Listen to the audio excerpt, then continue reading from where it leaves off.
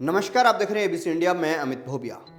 दोस्तों, प्रधानमंत्री नरेंद्र मोदी पर अगर विपक्ष सवाल उठाए तो हम ये कह सकते हैं कि उनका काम है राजनीति करना, इसलिए वो सवाल उठा रहे हैं। लेकिन अब प्रधानमंत्री नरेंद्र मोदी पर उन्हीं के परिवार के लोगों ने भी सवाल खड़े करने शुरू कर दिए हैं।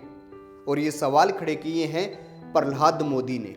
बीबीसी के एक संवाददाता को इंटरव्यू देते हुए उन्होंने नरेंद्र मोदी पर कई आरोप लगाए और उसी के साथ साथ उन्होंने नरेंद्र मोदी को चेतावनी भी दी। पूरा घटनाक्रम क्यों हुआ और क्या पीछे की राजनीति है, उसके बारे में आपको बताते हैं। दरअसल है ये कि गुजरात के अंदर स्थानीय निकाय के चुनाव होने वाले हैं। 21 फरवरी और 28 फरवरी को 2 चरणों में वहां पर स्थानीय निकाय के चुनाव होंगे और उन चुनाव में प्रहलाद मोदी की बेटी सोनल मोदी अहमदाबाद के बोदक देव सीट से चुनाव लड़ने वाली हैं। लेकिन इससे पहले वो वहां से चुनाव लड़ने के लिए नामांकन दर्ज करवाए या वहां पर जाए, उससे पहले CR पाटिल जो गुजरात बीजेपी प्रमुख हैं, उन्होंने एक बयान दे दिया।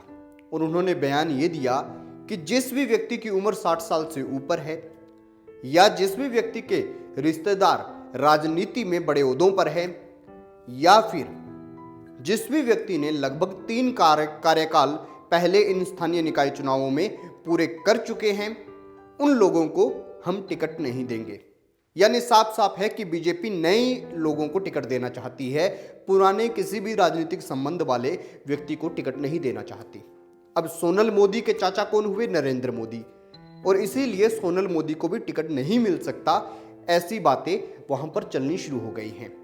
लेकिन इसी को लेकर प्रहलाद मोदी यानी नरेंद्र मोदी के भाई ने बोला कि नरेंद्र मोदी ने घर छोड़ दिया, हमारे राशन कार्ड में उनका नाम नहीं है, वो जो है अहमदाबाद के रानी में उनका राशन कार्ड बना हुआ है, तो उनका हमारे परिवार से कोई लेना देना ही नहीं, तो फिर मेरी बेटी को चुनाव लड़ने का अधिकार क्यों नहीं है।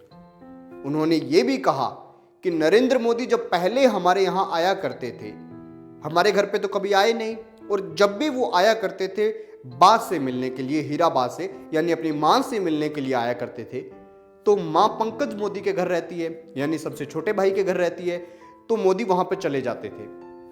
उन दिनों पंकज, शुरुआती दिनों में जब नरेंद्र मोदी प्रधानमंत्री बने, उस वक्त तो पंकज और मां नरेंद्र मोदी से मिल लिया करते थे। लेकिन इन दिनों में जब भी पिछले 4-5 साल से नरेंद्र मोदी मां से मिलने जाते हैं किसी त्योहार पर या फिर चुनाव की जीत हार से पहले, उस वक्त वो मां के पास मिलने जरूर जाते हैं, लेकिन जब वो जाते हैं तो परिवार का एक भी बच्चा उस घर में मौजूद नहीं होता और नरेंद्र मोदी केवल मां से मिलकर आ जाते हैं। इसके पीछे क्या कारण है कि वहां के परिवार के सब लोगों को हटा दिया जाता है? क्या फोटो अच्छी आए इसीलिए हटा दिया जाता है, या फिर वो हमें अपने परिवार का सदस्य मानते ही नहीं? और अगर वो हमें परिवार का सदस्य नहीं मानते तो फिर हमारी बेटी के ऊपर ये अंकुश क्यों लगाया जा रहा है कि वो बीजेपी से टिकट नहीं ले सकती? और इसी के साथ प्रहलाद मोदी ने नरेंद्र मोदी को ये चेताया कि अगर पार्टी कोई ऐसा नियम बनाती है तो सबके लिए एक जैसा नियम होना चाहिए, 2 धार नहीं होनी चाहिए, 2 रास्ते नहीं होने चाहिए। जैसे उन्होंने कहा अमित शाह के बेटे को आपने क्रिकेट के अंदर उनका कोई योगदान नहीं, उसके बाद भी इतना बड़ा ओहदा दे दिया, BCCI के सचिव, उसके बाद जो एशियन क्रिकेट परिषद है उसके अंदर भी उन्हें अच्छा ओहदा दे दिया। उन्होंने ये भी कहा कि कैलाश विजयवर्गीय के बेटे को विधायक बना दिया। उन्होंने ये भी कहा कि राजनाथ सिंह के बेटे को सांसद बना दिया। और जिस परिवार में नरेंद्र मोदी इतने सालों से 1970 के बाद आए नहीं, उस परिवार की बेटी को आप टिकट नहीं देना चाहते, यानी सोनल मोदी को टिकट नहीं देना चाहते। यहां पर सारी वकालत प्रहलाद मोदी की इतनी सी थी कि सोनल को टिकट क्यों नहीं। और हमने कभी नरेंद्र मोदी के तस्वीर का इस्तेमाल नहीं किया, उनकी पावर का इस्तेमाल नहीं किया, नरेंद्र मोदी ने हमें अपने घर पे कभी नहीं बुलाया, और उसके बाद भी वो इसीलिए टिकट नहीं देना चाहते क्योंकि वो प्रधानमंत्री की भतीजी है। तो इन सब सवालों के बाद बीजेपी से ये पूछा जाना शुरू हो गया है कि एक तरफ तो आप आरोप लगाते हैं कि परिवार, रिश्तेदारी, भाईचारा, भतीजा भाई भतीजावाद, ये सब आपकी पार्टी में नहीं चलता।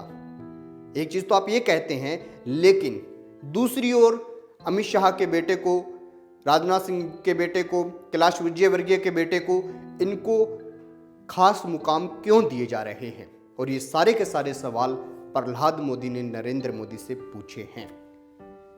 तो दोस्तों, आप इसके ऊपर क्या कहना चाहते हैं कमेंट बॉक्स में जरूर बताएं और देखते रहिए एबीसी इंडिया, आपकी आवाज आपका विश्वास।